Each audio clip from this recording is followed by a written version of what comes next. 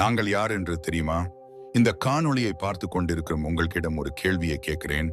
உங்கள எத்தனை பேர் நீங்கள் ஒரு ஆசிரியராக வேண்டும் என்று கனவு கொண்டுள்ளீர்கள்?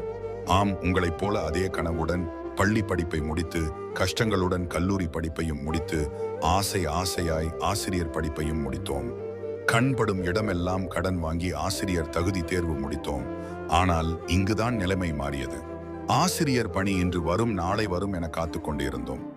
இடைப்பட்ட காலத்தில் பலருக்கு திருமணம் முடிந்தது. குடும்ப வாழ்க்கை ஒரு புறம், பொருளாதார சிக்கல் ஒரு புறம்.